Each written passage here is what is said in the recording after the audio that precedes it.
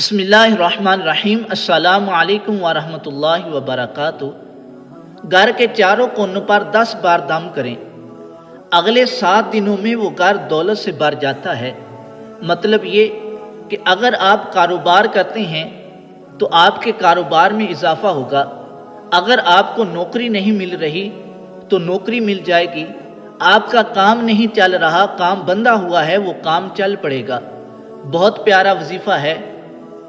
پانی کا ایک گلاس لیں، اول آخر ایک بار درود پاک پڑھیں اور درمیان میں 10 بار یا غنیو پڑھیں اور پانی پر دم کر دیں، اور اس پانی کو احتیاط سے گھر کے چاروں کونوں پر چھڑک دیں۔